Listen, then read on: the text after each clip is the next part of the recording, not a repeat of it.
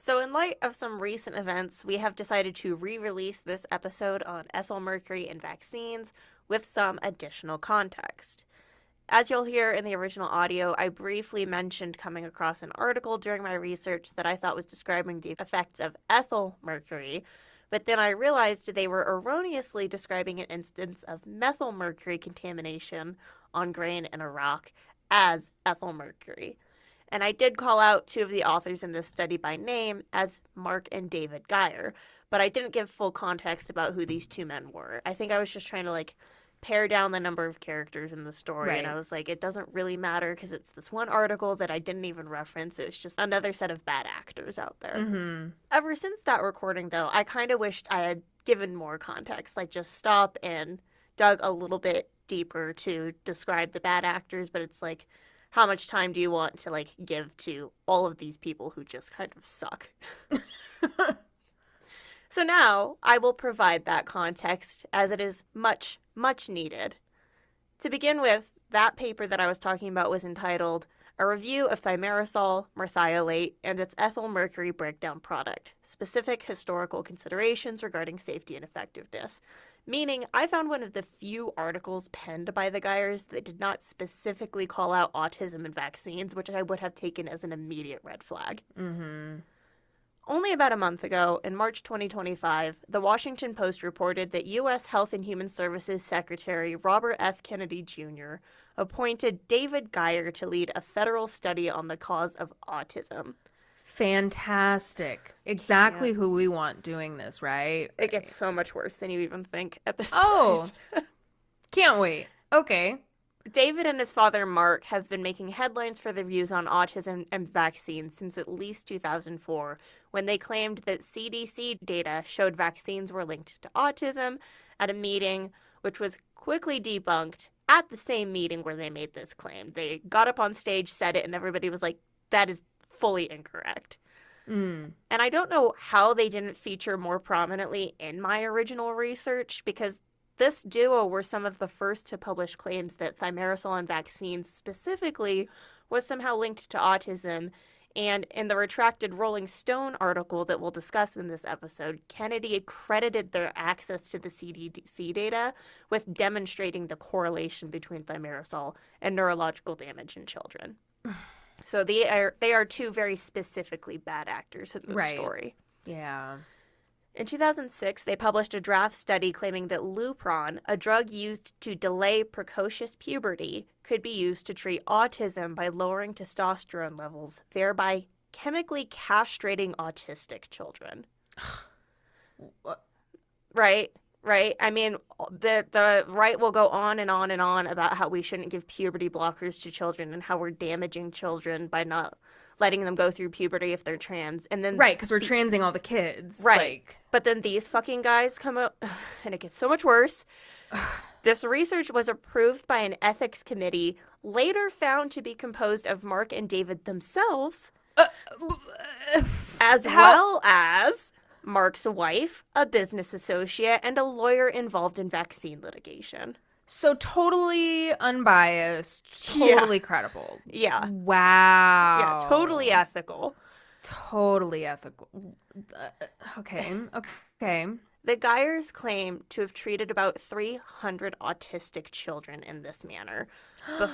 Before Mark Geier, who had a doctorate in genetics, had his medical license suspended in 2011, which was later revoked in all 50 states.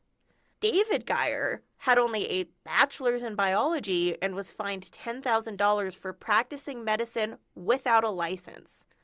And this one is RFK's appointee. The one with just the bachelor? Not just a bachelor's, but just a bachelor's. No medical degree, who was chemically castrating autistic children, posing as a doctor treating autism. This is so scary. We are in the worst timeline. Yeah, this is the deepest, darkest, absolute nightmare of a timeline. Yes. And of course, for further context, not that anybody listening at this time needs it, but hopefully 10 years down the line, 20 years down the line, we listen and we're like, oh, wasn't that just a really dark part of history? Kennedy believes the recent rise in autism diagnoses amounts to an epidemic that destroys families and has said of autistic people that these are kids who will never pay taxes, they'll never hold a job, they'll never play baseball, they'll never write a poem, they'll never go out on a date. Which is, of course, untrue because Obviously. there are some autistic people who don't require as much help. But even autistic people who do require help and may not do any of these things, they don't deserve to be castrated. They're still fucking humans who deserve the right to live without this kind of interference in their lives. Yes. He has claimed that the HHS will find the toxin he believes is responsible for causing autism by September of this year. Ambitiously, he has rolled that back a bit and says it will probably be more like next April. And to do this, the National Institutes of Health announced that they will collect information from Americans' private health records from pharmacies, hospitals, and even our smartwatches. And this data will be used to amass a registry to track autistic Americans. A registry. Yeah, this is so fascist. Like, I'm just going to say it. I'm not going to beat around the bush. Like, this is fascism. No, it's... Like, this is eugenics. This is scary shit. Yes. This is scary. Between saying that autistic people are a damaging drain on society and creating a registry to track them, our opponents are saying this sounds an awful lot like the registries of disabled people that the Nazis compiled. They've since backtracked, the NIH has, saying that the data will be de-identified, probably because they don't like being called Nazis. But if it looks like a Nazi and Goose steps like a Nazi, it's a fucking Nazi. Yeah. So. Oh my gosh. This is actually scary. Yes. So we are re-releasing this episode to try to get this information back out there so that you can be well informed of what is happening. And beyond that, I don't know what to do. Maybe if you're looking into an autism diagnosis in the future, hold off if it's something that you can do, and be careful with your information, and just keep an eye out for what's happening. Yep.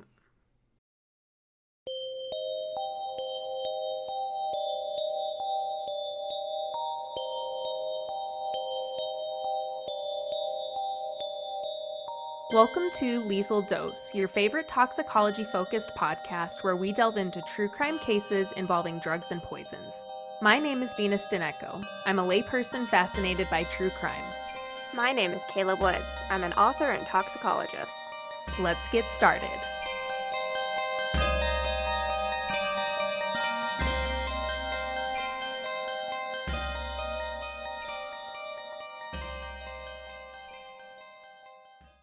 Welcome to Mercury Part 2. So in Mercury Part 1, we talked about Minamata disease, which came from the Chiso fertilizer plant dumping chemicals into Minamata Bay, unfortunately. And it began with the dancing cats that were wobbly and ran themselves into the ocean, if I remember correctly. Yeah, and drowned themselves. Very sad. Very fucking sad. But then it started spreading to the people in Minamata. And it was a bunch of neurological symptoms, right? They were having issues walking correctly. They had tunnel vision.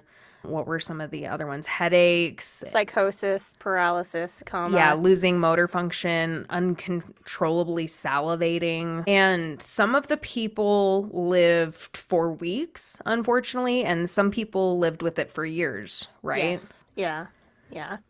And then there was the miscarriages, the stillbirths, and then the congenital Minamata disease. And that manifested... that one was really weird because, like... the mothers didn't tend to exhibit Minamata. That's because the fetuses sucked up all the mercury, right? Basically. Yeah. And so these babies were born with intellectual disabilities. They had, poor coordination. Their limbs could be deformed. They had poor reflexes and impaired growth. And so all of this was from methyl mercury poisoning. So methyl mercury poisoning, even if it's not centralized to Japan, is now known as Minamata disease. This was just the first outbreak that we saw. There was another location in Japan as well, in Niigata, that they had another corporation who was also dumping. But dumping from Chiso began in the 30s. The disease didn't present until the 50s. The company wasn't held liable until the 70s. Minamata Bay was closed in 1974 to fishing, and then it was reopened in 1997. And so this episode, we're going to kind of go back and forth a lot in history, but that whole reopening of the bay in 1997 and the consideration of Mercury in the 90s based on what happened in Minamata and based on looking at the victims of congenital Minamata disease, growing up and kind of seeing what that longitudinal effect looked like, that's going to play a really big role in today's episode. All right. Let's get started with today's. Where are we going today? Wow. In 1998, a year after the bay was reopened, came the infamous Wakefield article. And so right now, it has nothing to do with Mercury, but it will get there, I promise. So Andrew Wakefield was a trainee gastrointestinal surgeon in the UK, and his 1998 paper was published in the highly respected and long-standing English medical journal, The Lancet. And he actually published it with 11 other people. And this paper was examining a possible link between colitis and autism. And this is actually a link that is worth studying because there is some sort of gastrointestinal link, they think, between autism spectrum disorder and maybe any number of bowel diseases. They look at autism and IBD now. It is a link worth looking at. But this paper was fraudulent. It was determined to be completely fraudulent. No. And eventually, 10 of the researchers would retract their position on this paper, while Wakefield and the others were banned from practicing medicine as a result of publishing this fraudulent paper in The Lancet. But that's not where it ends. The impact is huge. The impact is huge. It's huge. So what they did, what this article originally said when it was allowed to be published, they said they took 12 children for their research. A huge number, by the way.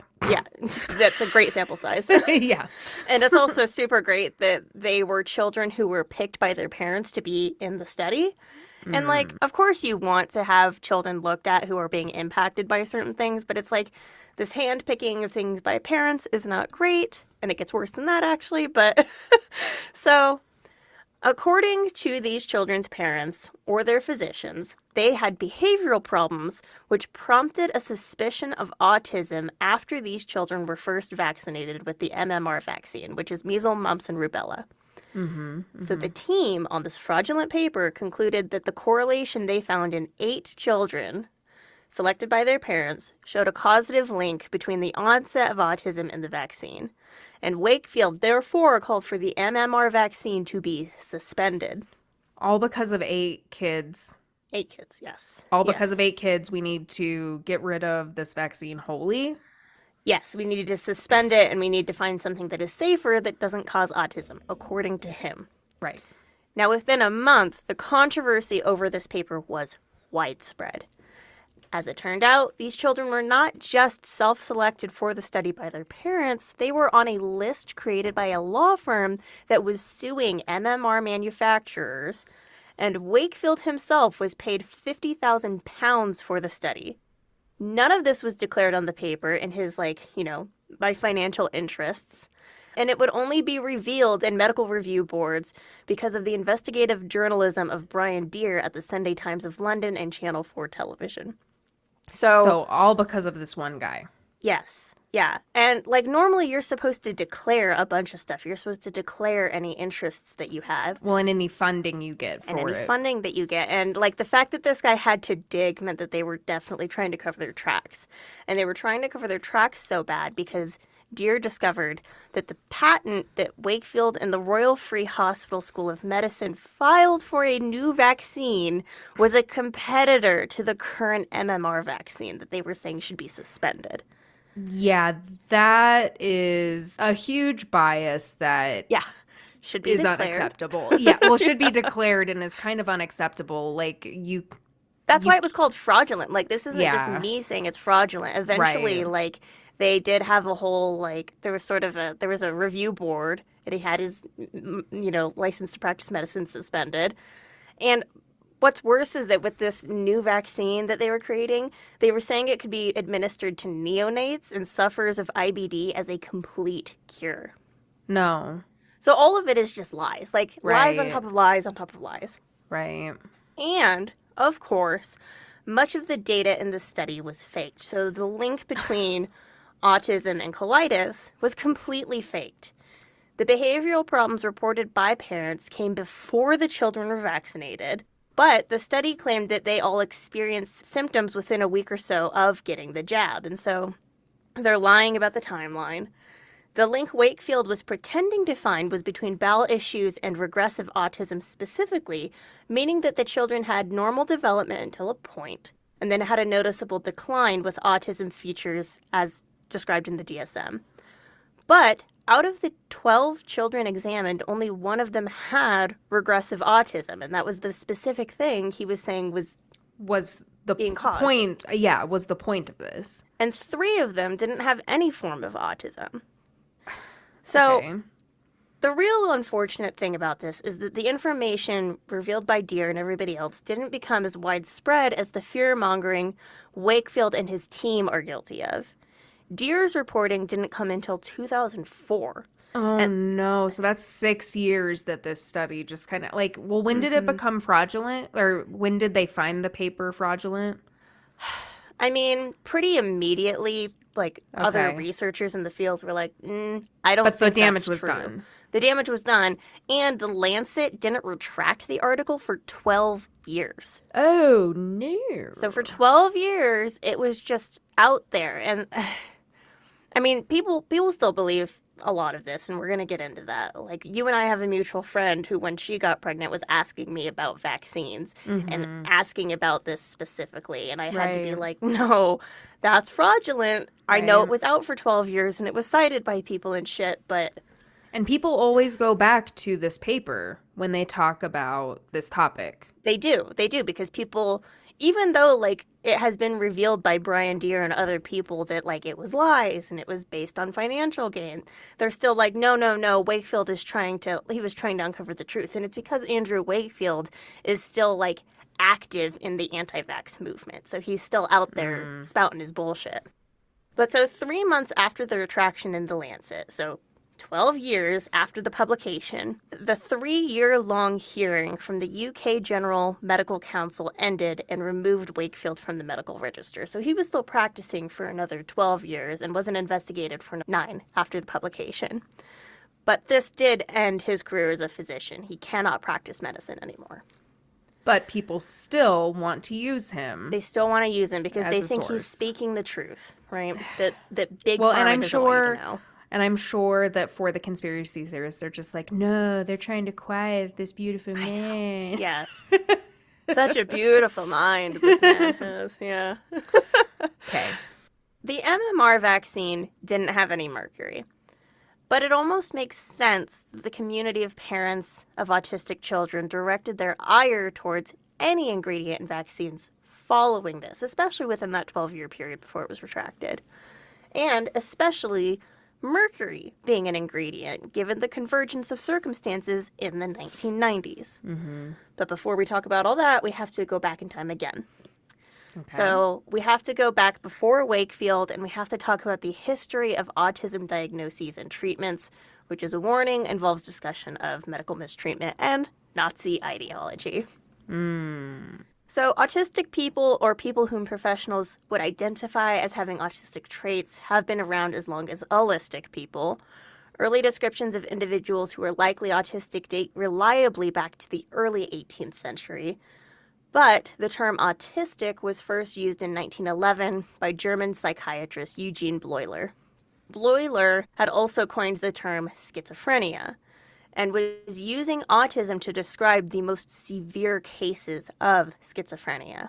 The word Okay. autism was Bleuler actually referencing Freud's term autoeroticism. And this was first used in 1905 to describe the behavior of a child who self-soothed with hallucinations rather than engaging with reality. Well, that's different than what I understood it to be. Right, Like, because it's yeah. changed so much, and so this is how Right. it started. Gotcha. Autism also meant that the child had a weak nervous system that forced them to lose touch with reality and fail to have a sense of self. These descriptions were similar also to the Freudian term psychotic, meaning experiencing hallucinatory confusion that dominated reality. So they're calling these children like psychotic, schizophrenic. That's where autism started. And in Britain, there were some very influential practitioners who believed that infants and children needed to be diagnosed as schizophrenic, psychotic, or autistic more often because it meant that children would receive more treatment, as this was around the time of the Mental Deficiency Act of 1913 that ensured institutional care for all children identified as mental defectives. But this, of course, was not in the children's interest. This was to take those children from the homes of caregivers who didn't think they could handle it and put them in an institution. But so we are now looking for children. We are trying to diagnose them with autism, schizophrenia, psychosis, even infants, so that we can put them in these institutions. It's not great. It's not a good start. Yeah, that's not lovely at all. So, in this way, autism was early on a mental illness that was used more to alleviate the burden of an afflicted child from their caregiver. Than to find a solution to the problem. Right. Than to say, oh, you have this set of symptoms that you have. So here's a set of treatments or a set of things that we think can help, or even a community that you can turn to. It was not that whatsoever. Right. Not unlike almost all mental illnesses at the time, though.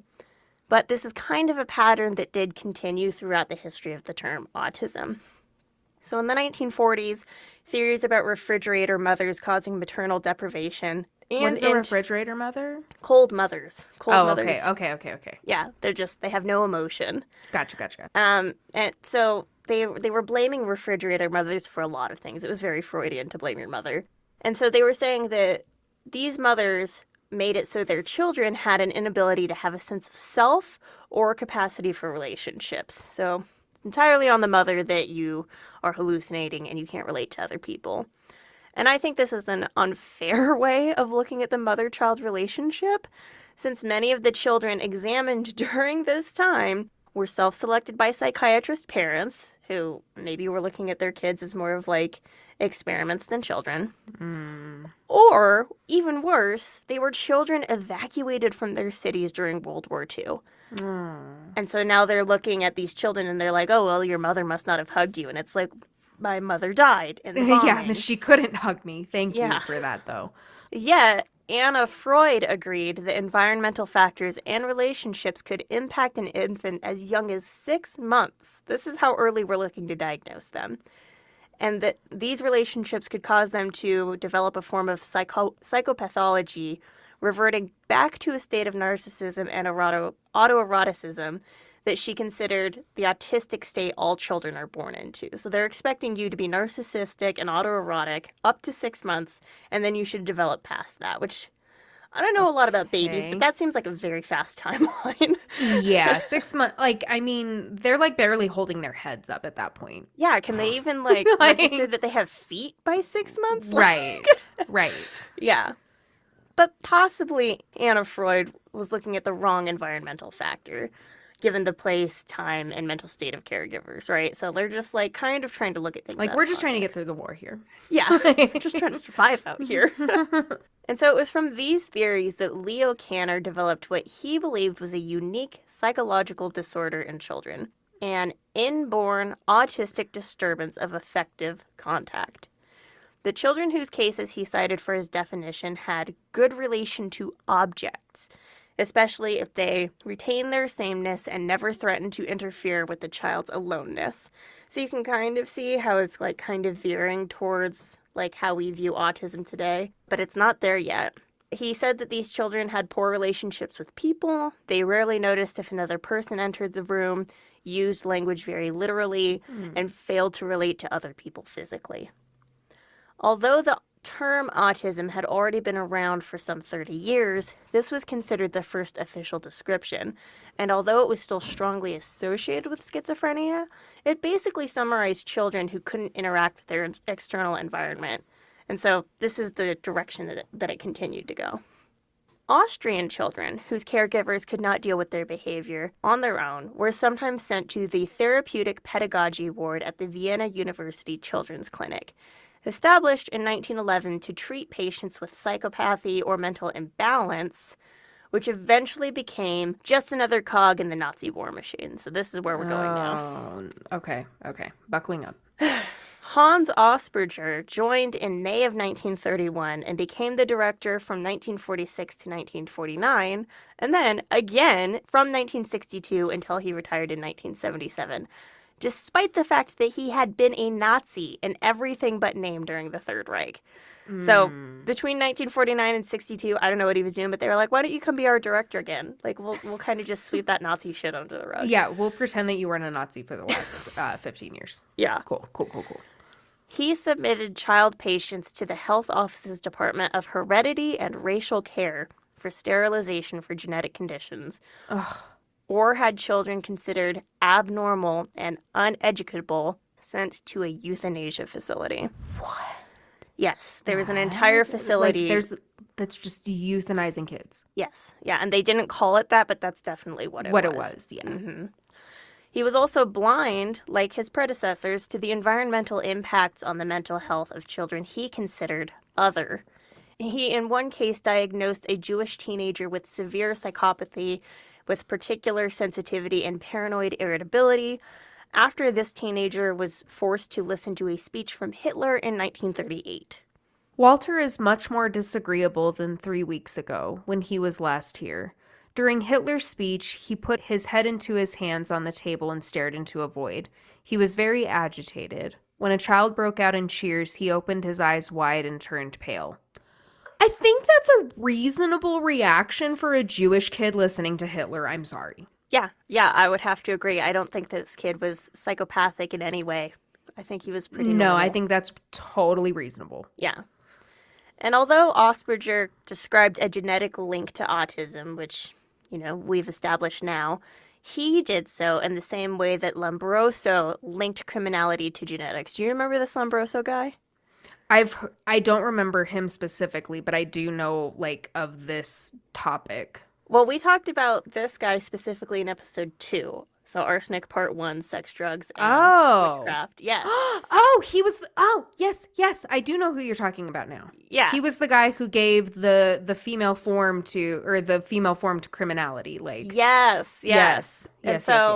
Basically, in the same way that Lombroso was like, you can tell if a woman is going to be evil, Asperger was like, you can tell if a kid is going to be, fucked up or autistic or something. And it was mostly just him being like, well, he's Jewish, so obviously. That kind of thing. Oh, my God. Okay. And so his genetic link was kind of overlooked because it was Nazi science.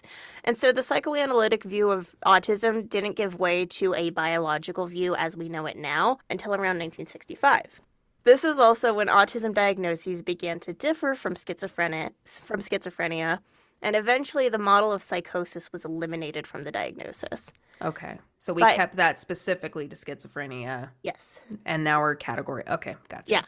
So now they were examining children already deemed autistic and then looking at their behavior, and they were able to create a criterion based on behavior. So these two ideas, that there was a biological root with a criterion based on behavior, those gave the first major rise in autism diagnoses in the early 1970s. So there had been other rises, like I said before, in the early 1910s. But this was a major spike that we got in the 1970s because our criteria had changed. Okay. But it's also important to note that there were two factions of people who agreed that autism is linked to biology. The mainstream belief is that autism is a neurodevelopmental disorder, has little to do with parental behavior, so it doesn't really matter if, your mom was around or whatever. Mm-hmm. It's based on genetics, and it presents as a spectrum disorder, and it cannot be cured, but only rehabilitated. And I don't know if I like the word rehabilitated, but it can only be supported, right? Yeah, because, rehabilitation implies to me that there is a problem. Yeah. Yeah, that needs to be fixed. Right. No, I think it can, supported is a better yeah, term. but it can't be cured. And from this faction came the Society for Autistic Children, which built schools exclusively for children with autism. And they believed all of them to be educable. So Asperger's whole thing where he was like, oh, you can't teach Can't these kids teach these anything. kids, yeah. No, they were like, they're just autistic. They just have to be supported in a different way. Mm-hmm. This set of beliefs actually caused another influx in diagnoses because autistic children were now being looked for in screenings so they could be given the support that they needed. On the other side of this biology idea, though, is the minority. And the minority group believed that autism is a biomedical condition caused by a host of different things that can cause people to present in one autistic way. And because it is something that can be pinpointed, they think it can be cured. And so now we've kind of come to the triple point of our story. So I want everyone listening to imagine that you are a parent in the early 90s. And maybe you were a parent in the early 90s, but just imagine with me. Most of our audience probably wasn't because they were like born in the 90s, but As I was. So we're parents in the early 90s. Our child has just been diagnosed with Asperger's syndrome, which we don't call it now in 2024, but it had just been introduced to the DSM-4 in 1994. And maybe you did or didn't suspect that your kid maybe was on the spectrum. But either way, now you have the diagnosis. But a bunch of their classmates were also diagnosed, way more than in your class or your parents' classes. So now instead of getting the services that your child needs, they're put on a waiting list. You, as a good parent, want to support your kid the best way you can now that you have this diagnosis, and you want something you can go on until you get that professional support. So what do? You go on the internet, because it's the 90s, right? mm-hmm. And the internet is a big, new, weird, shiny thing that we have. You find forums for other parents who have children with autism. And here you find that there is some research into causes of autism, which range from genetics to abnormalities in intestinal permeability. If all you have is what lies in front of you, because once again, it's the early 90s with the internet, and I, Kayla Woods, am a baby, and podcasts don't exist yet, and I can't tell you all of the information we have in 2024. All you're seeing is that a lot of kids in your child's age group suddenly have autism, and no one seems to know why. But there are professionals engaging parents in reputable organizations and at conferences, and the parents are kind of on the same level as these researchers in terms of like being respected at these conferences and talking at these conferences. And so you kind of feel like you're on the same level.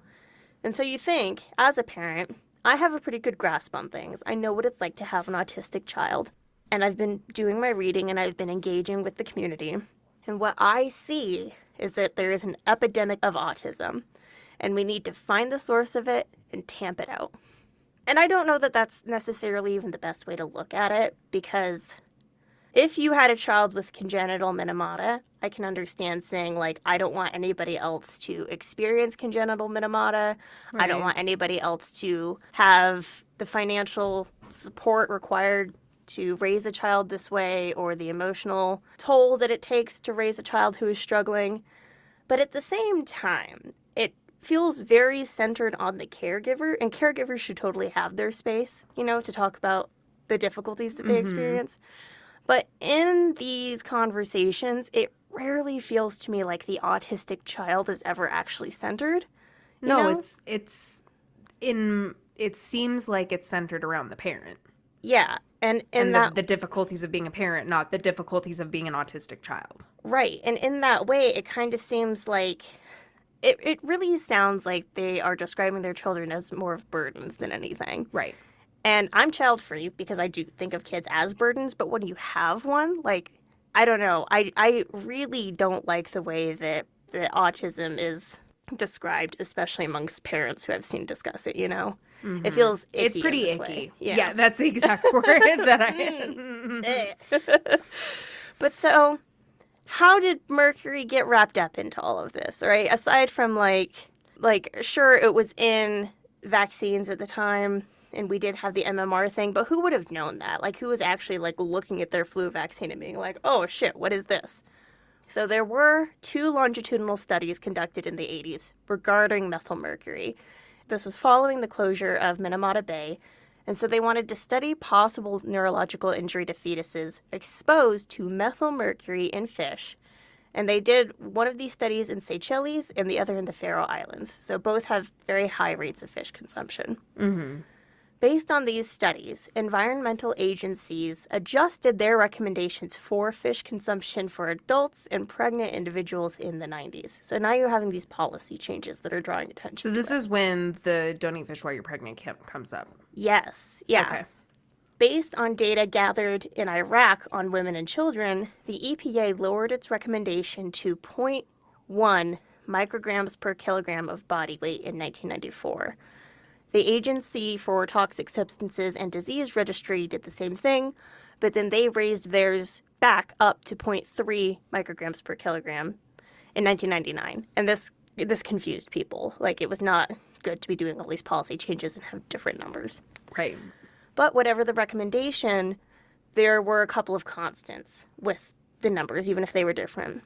These were numbers for adults, and children were just known to implicitly have lower tolerances, right? They're tiny. Yeah. I mean, it makes sense. The numbers were for methylmercury specifically, and the fear that everybody had for exceeding these recommendations was the manifestation of Minamata disease specifically. So it was all kind of specific. In 1997, the FDA Modernization Act gave the FDA 2 years to compile a list of drugs and foods that contain intentionally introduced mercury compounds and provide a quantitative and qualitative analysis of the mercury compounds on the list, which makes sense if we're in this culture of looking at mercury because we're concerned about Minamata disease. Sure. So the following year, Wakefield publishes his article, and the year after that, the FDA produced their list as ordered, as well as a report about mercury exposure from items on the list. They found that by the time a U.S. infant was 6 months old, they could receive as much as 75 micrograms of mercury in each of the 3 doses of the Tdap vaccine, 75 micrograms from the Hib vaccine, and 37.5 micrograms in each of the 3 doses of the Hep B vaccine. Altogether, this is 187.5 micrograms in the first 6 months of your life. But, of course, we want to look at it daily, because if we look at the numbers before for adults, that's daily. But on a day where a child receives, say, a single dose of the Tdap or Hib vaccine, this exceeds the recommended amount for mercury in fish by adult body weight by 100 times. Yeah. Okay. So why was there mercury in these vaccines? Ironically, there was mercury in the vaccines as a safety precaution initially. Okay. Explain. Well, so it's kind of extreme to inject anything into yourself or another person, right? And you have to be careful when you do it because you can very easily introduce bacteria and other toxins directly into the body that way. So it was a big deal at the beginning of the 20th century because during this time, things weren't always super hygienic with storage, and hypodermic needles were still kind of new, right? We're still trying to figure out how to make those safe. In 1916, a batch of typhoid vaccine that was tainted with some sort of growth was stored at room temperature in South Carolina. So the growth proliferated and 4 people died. And then in 1928, 12 Queensland children died of staph infections and toxemia from a contaminated diphtheria vaccine. And in both cases, the vaccines were drawn from multi-dose vials. So Meaning, you would use like, it goes, you, like, use the same vial for multiple injections, like, on different people. on different people with different needles, yes. Yeah. Okay. But it means that, maybe you stabbed the needle in and there was something on that needle. So now if you stab in again, you get whatever was on there. yeah. So antiseptics were added to vaccine formulas to prevent these kinds of outbreaks. And organomercurials were investigated for exactly these properties because we were still some 30 years out from discovering the first symptoms of Minamata disease. Eli Lilly and Company first patented the organomercurial Thimerosal in 1928 under the trade name Rethiolate. It was a white powder, approximately 50% mercury by weight, and was found to be 40 to 50 times more effective than the leading antiseptic phenol in fighting the staph virus. So that's great. Even better, when 300 rabbits were injected with thimerosal at concentrations of 20 milligrams per kilogram body weight, they seemed fine. Human studies were also conducted with ethical questionability in 1929 when 22 meningitis patients were given 180 milliliters of a 1% thimerosal solution over 5 doses and tolerated it well. But they did have meningitis and they died pretty soon thereafter. So it's hard to say yeah. chicken or the egg. Yeah. Thimerosal metabolizes into ethyl mercury, which is a form of organic mercury, but it's not the same as the methyl mercury found in fish. Gotcha. Okay. Methyl mercury is to ethyl mercury, as the methanol that makes you go blind is to the ethanol you consume on the weekends for fun. It's all that little M. That little M makes all the difference. Mary eats peanut butter. Gotta remember it. But that is not to say that the difference in biological impact is the same as between ethanol and methanol, right? It's just the difference in chemistry in the same. But it's an important difference. Ethyl mercury does behave similarly to methyl mercury on a cellular level, meaning that it can pass through the blood-brain barrier and it still binds to specific proteins and destroys them. But ethyl mercury is eliminated from the body 3 times faster than methyl mercury, so it's much less likely to bioaccumulate, and the impact of ethyl mercury on the kidneys and brain tissues is far less pronounced. Okay. And now, I'm not trying to make an argument in favor of mercury, by any means. I'm just saying that we didn't have all of the information that we needed to make an appropriate assessment. And that's also what the FDA was saying back in 1999 when they had their list and they were reporting on it. Mm-hmm. They were like, we don't know if we have all the information, but we do have these numbers and they don't look great. So, in June of 1999, FDA scientists held a meeting to discuss their findings with the CDC and the American Academy of Pediatrics to decide what was best for children in regards to these vaccines. Ultimately, they decided to proceed with caution, since methylmercury is a big deal, and so its sister could be also. And they asked pharmaceutical companies to remove thimerosal from vaccines following this meeting. They also asked doctors to delay the birth dose of the hepatitis B vaccine in kids who were not at particular risk of hepatitis B. Just to eliminate more exposure to the mercury in the vaccines? Yeah. Or the ethyl mercury? Yeah, because this was one of the first ones you could get, and so they wanted to have it on hand for if, like, the mother had hepatitis B and they needed to give it to the infant. But they were like, let's hold out on some of the other ones. We're going to reformulate these, but in the meantime, we're just going to proceed with caution. Gotcha. But this policy change was not rolled out effectively, and people freaked the fuck out about it. I get it. I get it. Like when they're like, oh, this wasn't safe. And then like, but what about my children who already got the 100+ micrograms of ethyl mercury in their vaccines? Like there was that. But they also, they didn't say it's not safe. I think their statement was something like, we are proceeding with caution to make the vaccines, which are safe. They're safe vaccines. Nobody on record has died as a result of this that we can tell. We're just trying to make it safer. And parents and doctors were like, how are you trying to make it safer if it's already safe? And so both the parents and the doctors kind of assumed, like you were saying, that the thimerosal must have been removed because it was now known to be dangerous, and they're just not saying that. Right.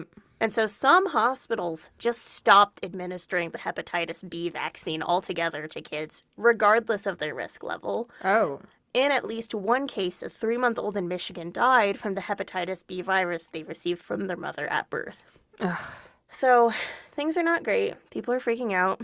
By March of 2001, though, the vaccines with the highest concentrations of thimerosal all had FDA-approved alternatives that no longer contained thimerosal, which meant that no child under 6 years old in the United States was receiving any thimerosal-containing vaccine any longer. March of 2001, they did it in less than 2 years. Unfortunately, like the Wakefield article, the damage had been done. At least, unleashed Pandora's box style upon the world, never to be shoved back in again. Right. Beginning in 2000, several parent advocacy groups were founded on the belief that thimerosal caused their children to develop autism. So now the connection is kind of being established. Parents refused to vaccinate their children with the preparations of the flu vaccine that still contained thimerosal, even though the flu kills about 100 kids per year. And so they're saying, I would rather my kid be one of the 100 that dies than possibly get autism. That is so fucking tragic to me. And that's, I think, where you and I are getting the ick is, like, I know autistic people. Like, maybe they're not the high support autism that some of these people are talking about, but it's not a death sentence. No, and it's like, yeah, it's like you would rather risk death than have your child be autistic. Like, what a fucking statement. Yeah. Like, yeah. And it says more about the parent. It does.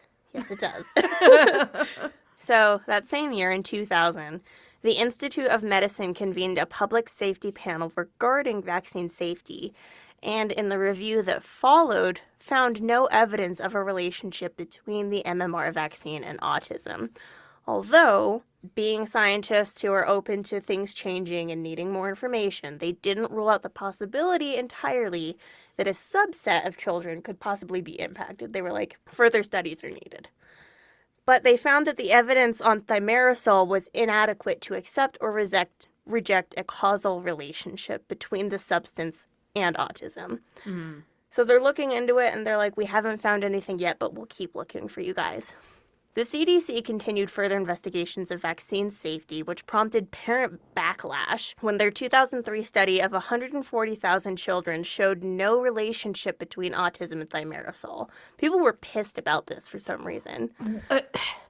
They're pissed that something is safe? Like, I know, right? Like it's literally like they want to be outraged and they want to be upset. I mean, it's probably not that it's safe. I'm sure the backlash is that, like, oh, you were lying to us and we know the truth. But it's like, but this is a massive study. Like, yeah. N equals 140,000 is much better than N equals 12.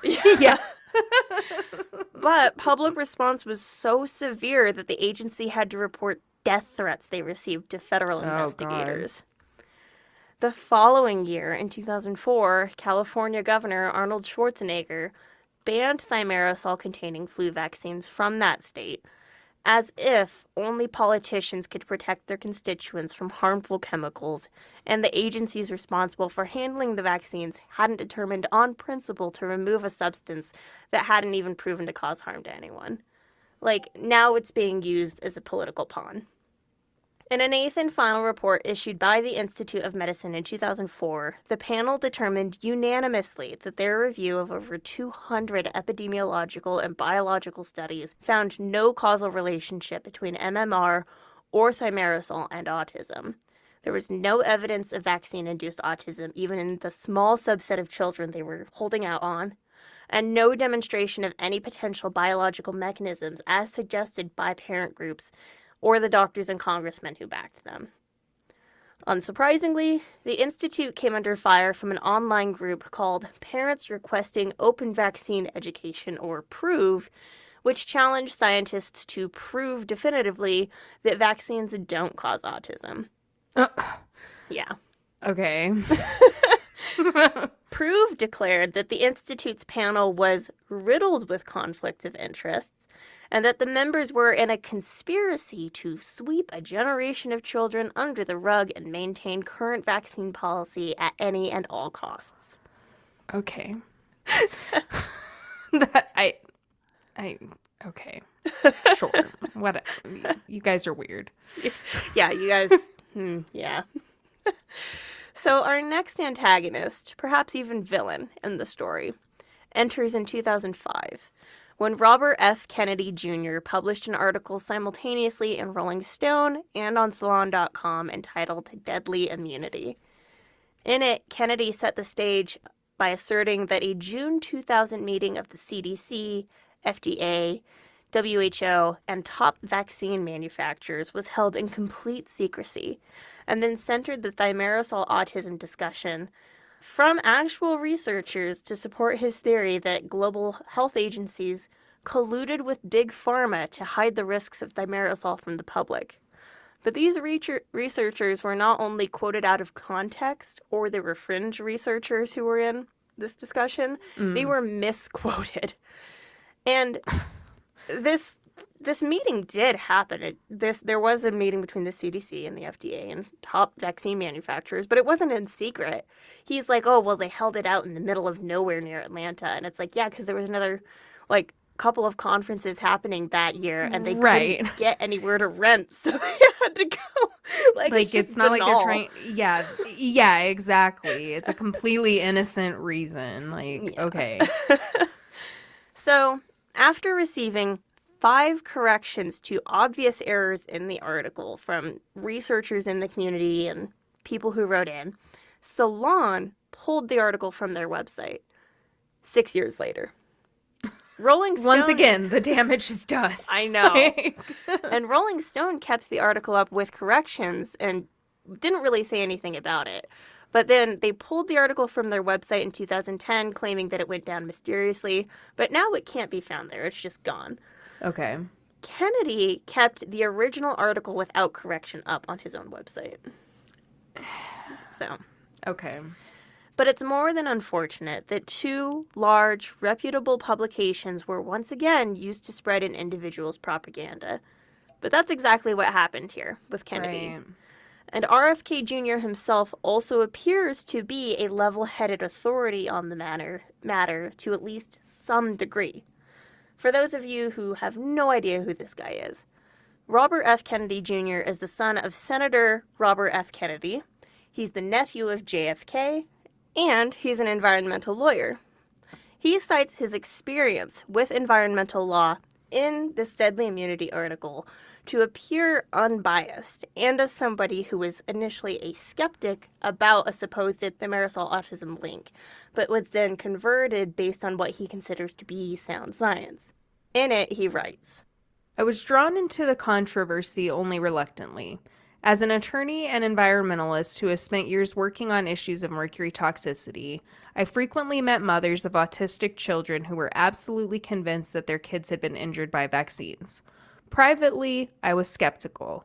I doubted that autism could be blamed on a single source, and I certainly understood the government's need to reassure parents that vaccinations are safe. The eradication of deadly childhood diseases depends on it. I tended to agree with skeptics, who criticize people for leaping to conclusions about autism and vaccinations.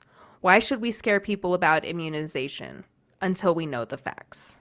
Kennedy then goes on to say that reading the transcripts from the 2000 conference were what changed his mind on the matter.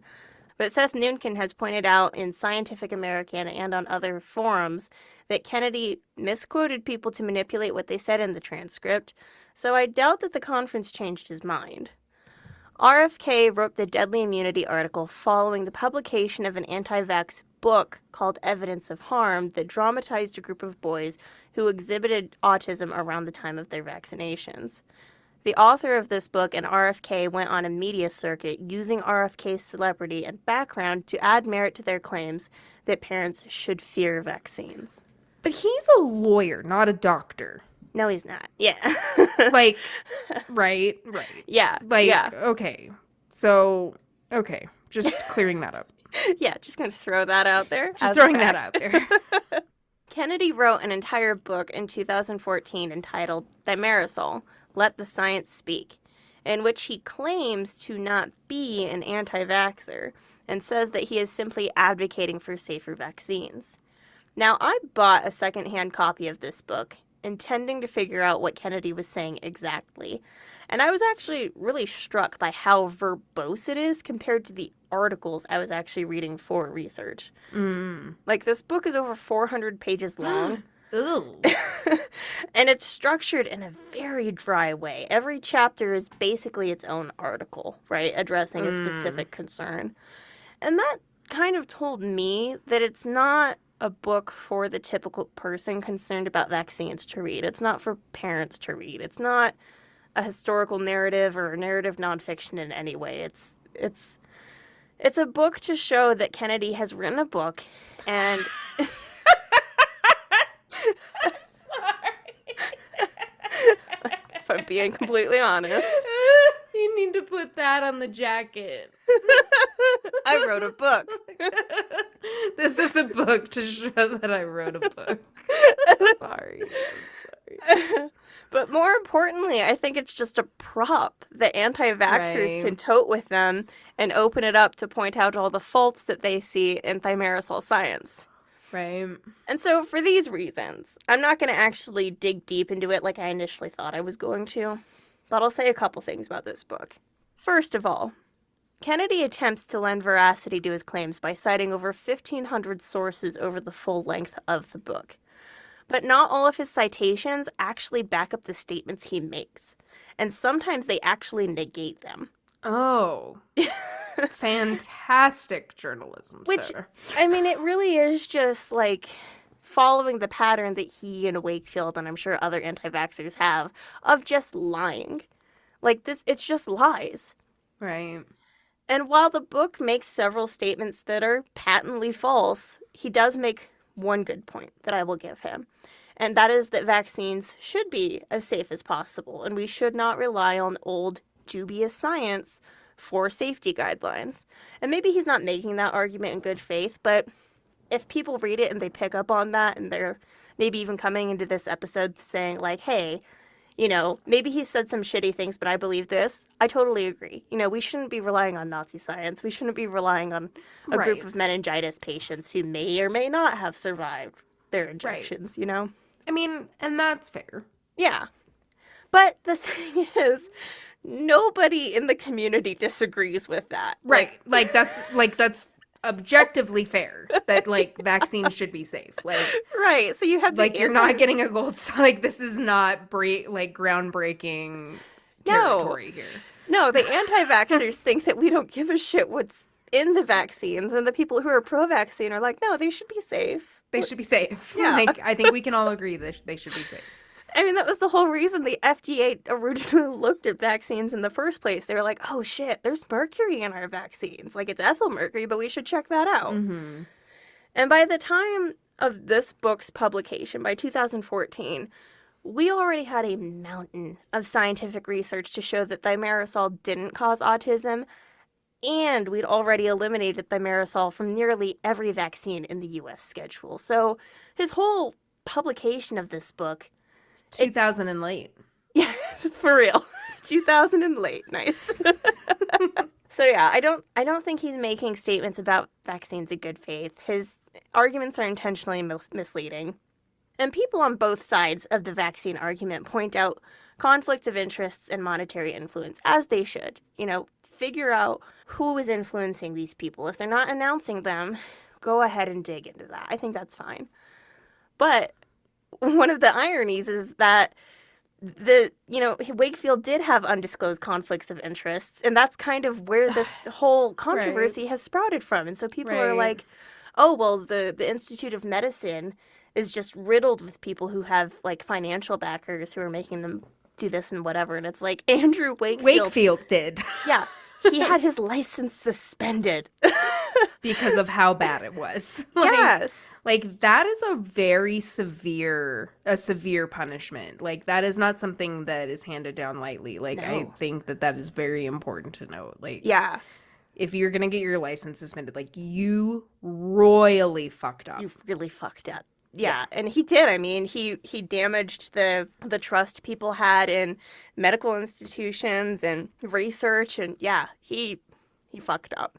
But so, you know, let's look at Kennedy. So Kennedy's biases, I guess, is that he himself joined the Children's Health Defense in 2015 and is now the chairman of this group, which is an anti-vax advocacy group. He also uses his platform as a celebrity and as a lawyer to engage with people like Andrew Wakefield, and the two of them executive produced an anti-vax documentary together. So clearly his claims about being pro-vaccine and being concerned with safety aren't honest.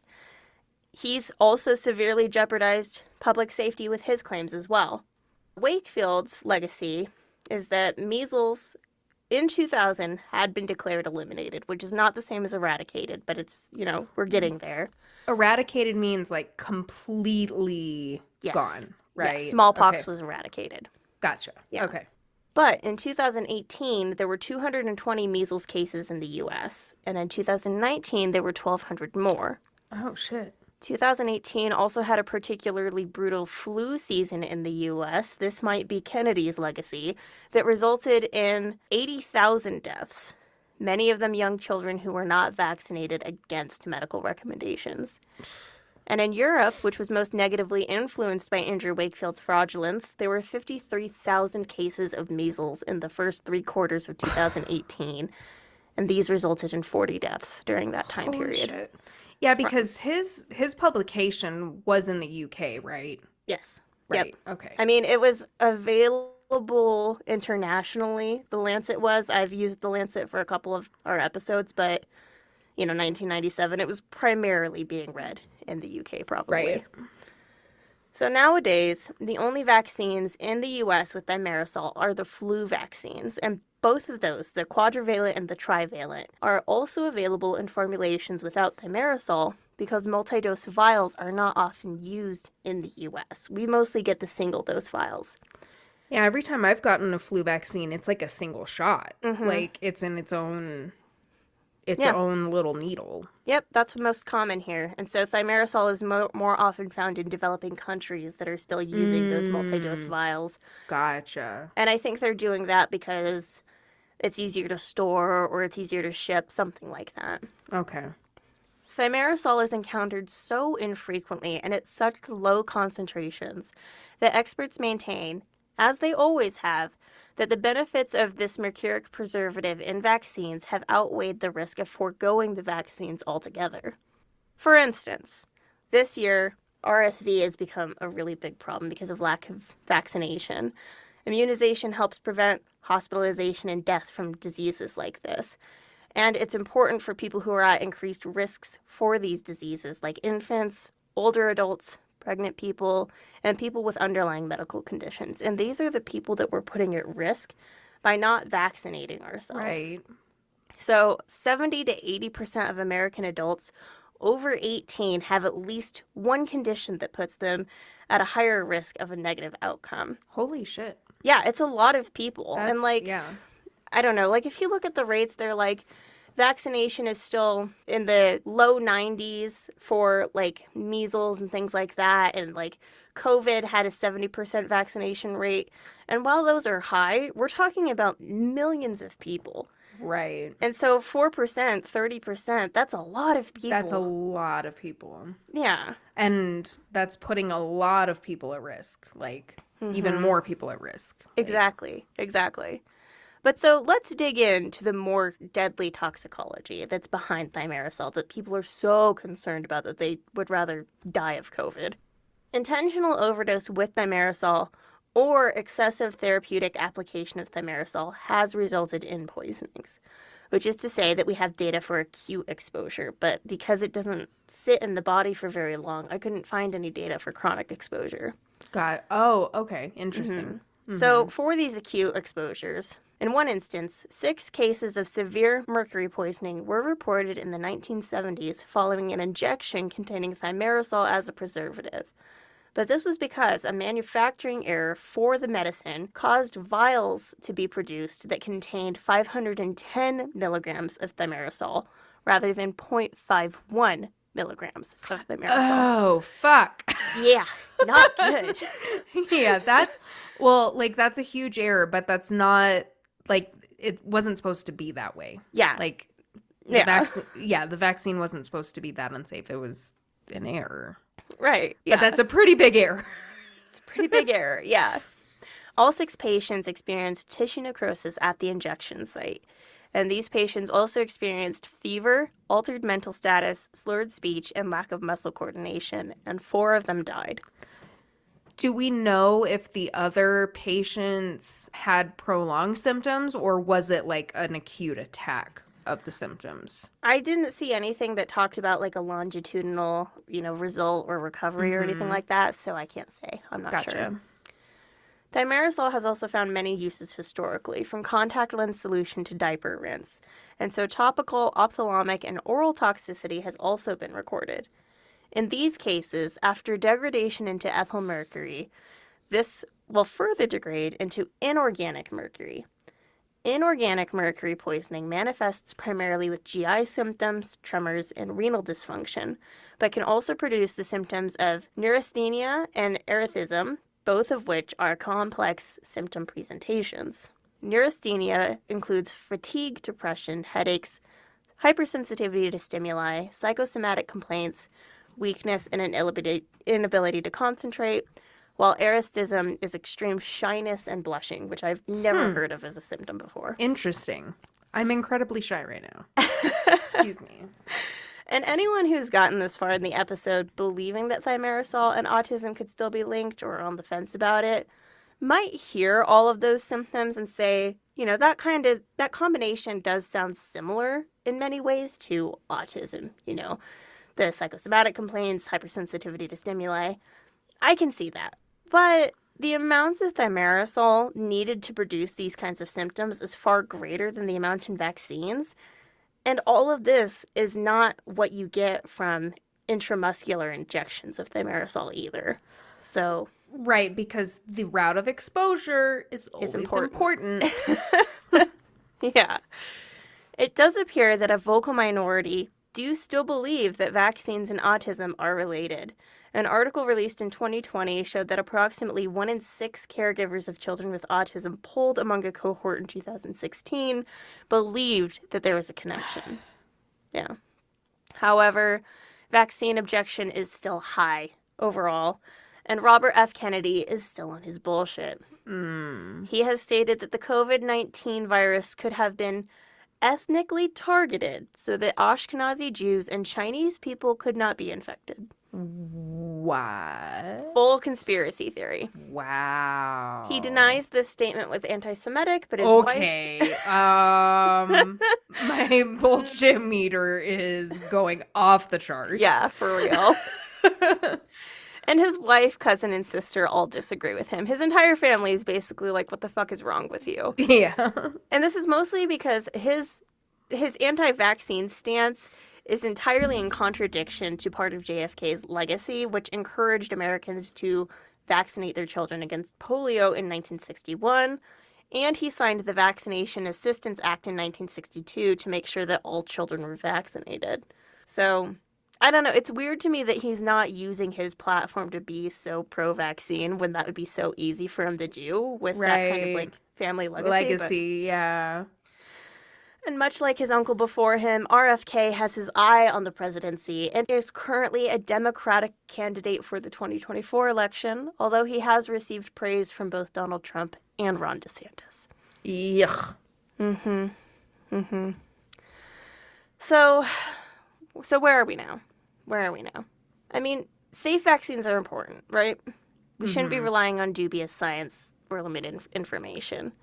But also, like, science changes. And I think that people are really uncomfortable with that. Like, they want to think that whatever they learned in the 7th grade about, like, rocks and clouds and whatever else you learn about in 7th grade is, like, Right. always going to be true. And so will everything else you learn in science. But that's Things just, like... evolve, and science should always be evolving, like, Yeah. for the better. Like, technology is always advancing, so therefore, like, scientific findings are going to change. Well, and, like, any scientific findings are going to be filtered through people. So you're going to end up with people Right. who don't Interpret realize... it one way. Yeah, they don't realize that we're living through World War II, and maybe that's going to fuck kids up a little bit, you know? Right. Or even if it's a harder science or something. I mean, they used to believe... So, like, molecules kind of wiggle a little bit, you know? And so if you have, like, H2O, like, the two hydrogens will kind of wiggle on the oxygen. And they used to believe that molecules would be different depending on, like, how long that bond was, not realizing that things were wiggling. And so there used to be entire, like, studies into length of bonds when it's entirely irrelevant because you're basically just taking a picture of a molecule at its current state. Gotcha. And so, Yeah, like... things change. Yeah, things change, and we have to be comfortable with things changing. But it's hard to accept things change when it comes to things like public health. And I get that, you know, because if you if you grew up believing that Epicac was totally cool and you should make yourself vomit if you get something inside of you, and then you and I are constantly being like, no, don't fucking do that. Yeah, don't induce vomiting. Don't Yeah. induce the vomiting. It's not a good idea. Yeah, you're gonna be like, so I just have to keep it in me? That's so much worse. And it's like, yeah, dude, go to the hospital. I'm sorry that's like, The that's advice answer. now. Yeah. Yeah, but like things change. Like, Yeah. Yeah.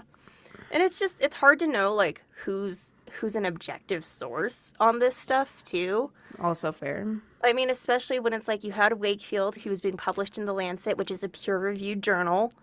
And I mean, right, like from the outside looking in, like at that when that paper came out, like why would people object to it? yeah.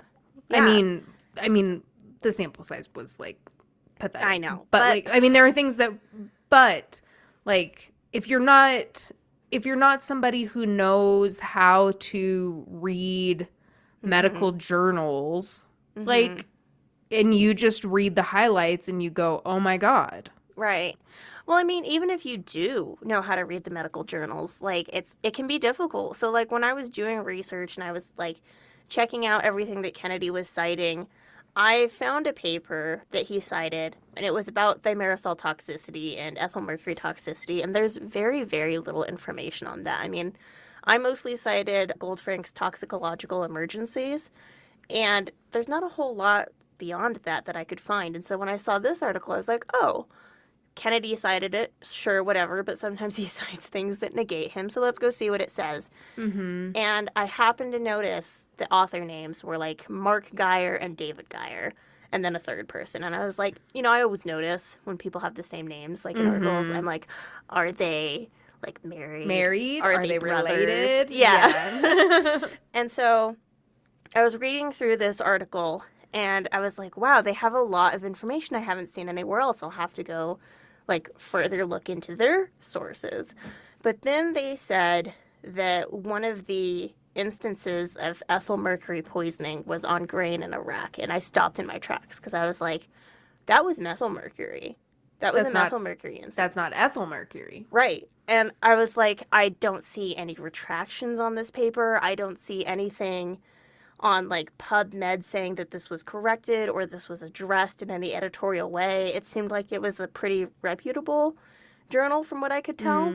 But I was like, this is wrong, and I don't think I can trust this. And then it turned out that father-son duo, they are pretty vehement anti-vaxxers, actually. They were mentioned in one of Seth Noonkin's articles that I read on Scientific American. But it's like, I deep dived into this subject every evening for a month, and that's how I was able to pick it out. If I wasn't actually looking for something like that, and like, if I didn't know all of what the you stories, were looking for, and you didn't have all the pieces to the puzzle, like, then I would have just been like, oh, look at all this information. Why is nobody else talking about this?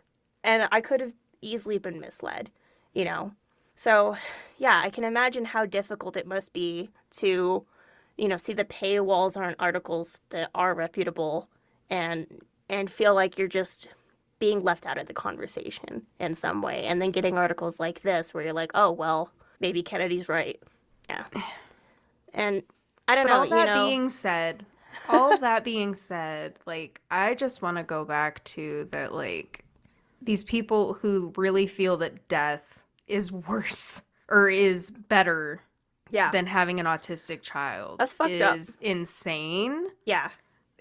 It just literally doesn't make sense to me. Yeah. Like, and I do not have an autistic child, so, like, I do not know all of the struggles of parents of autistic children. Yeah. But would you rather they died of fucking measles? Right. Yeah, like, I'm not like, saying would you rather they die of the flu?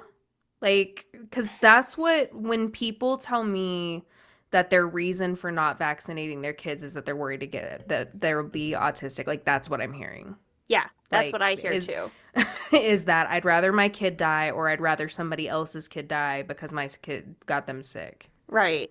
And like, I was listening to NPR just like yesterday, and they were talking about how there's another measles outbreak, and like, people don't really know what to look for because it's not super common. Right. But it is becoming more common, which is unfortunate since it was eliminated at one point. Mm-hmm. But like what if it was polio or something, and then you have a kid whose legs don't work? Like, is that better? Even if they're Right. not dead, but they're still going to have like these long-term conditions afterwards. Is that Right. better? Right. Like, yeah. And, a lot of the articles I was reading were like people think that things weren't as bad because they don't recognize them, and they're like, "Oh, well, what did we do before we had a measles vaccine? How did we treat it?" And it's like, "We fucking died. A lot Yeah, of we people died. fucking died." like that's That's what what happened, Bill. Like people that's why we have die. vaccines. Yeah. That's Like why it's an important vaccine. That's why it's like required for schools. That's why like That's what it's they were talking about too, is like whether or not we should force kids to get vaccinated. And like I think it was Florida, some state was like, "Oh, we're not going to require it, so you can choose to send your kids to school or not." And it's like the option is education or death. Like, those are the yeah. options. That wow. Yeah. Well, interesting to say the least. But a lot of clowns in this one. I fucking know. I know. I can't believe that. Not so much bumblers, just clowns. Yeah. Yeah. I mean, but actually, no. Andrew Wakefield is a bumbler. He bumbled. He bumbled too much. He's a bumbling clown, actually. I like that. I like that idea that he's just a fucking clown. It sucks though because like people believe them. I know. And a lot, it's honestly like, know several women from high school who are vehemently anti-vax, will not vaccinate, and they have like one of them has like 6 kids at this point. God. Like, Well, you have and to have that many if you're not going to vaccinate them. right, like, right. And so yeah, Yeah. it's scary out there. It is. It's really scary. Please vaccinate your kids. There's no thimerosal in the vaccines anymore. Yeah, you can end up with side effects from vaccines, but like The side ultimately, effects are not as bad as dying no, from measles or dying from the flu or getting like, even if you don't die, like you could get somebody else sick yes, and that's and what kill people really them. don't Like realize. that's what people don't realize is like, well, I'm not going to die from the flu if I get it. And it's like, yeah, but you could cough on like my grandma at the grocery store Right. and she could die. Right, Like, exactly. Like so, it's the whole argument that people and have there are is like people not. who literally can't get vaccinated Yeah, yeah. for health reasons, like, and like you're putting them at risk. Like, it's It's the same argument people were making for masks, where it's like, well, I have a right to not wear a mask, and it's like you sure do, but kind of makes you an asshole when you're yeah, spreading a disease that's very easily to tamped down. yes. Yes, so with that, there is our episode on Mercury. I am going to title it Thimerosal. It's a little clickbaity, but I have no regrets about it. Nope. Well researched, Kayla. Thank Thank you. you.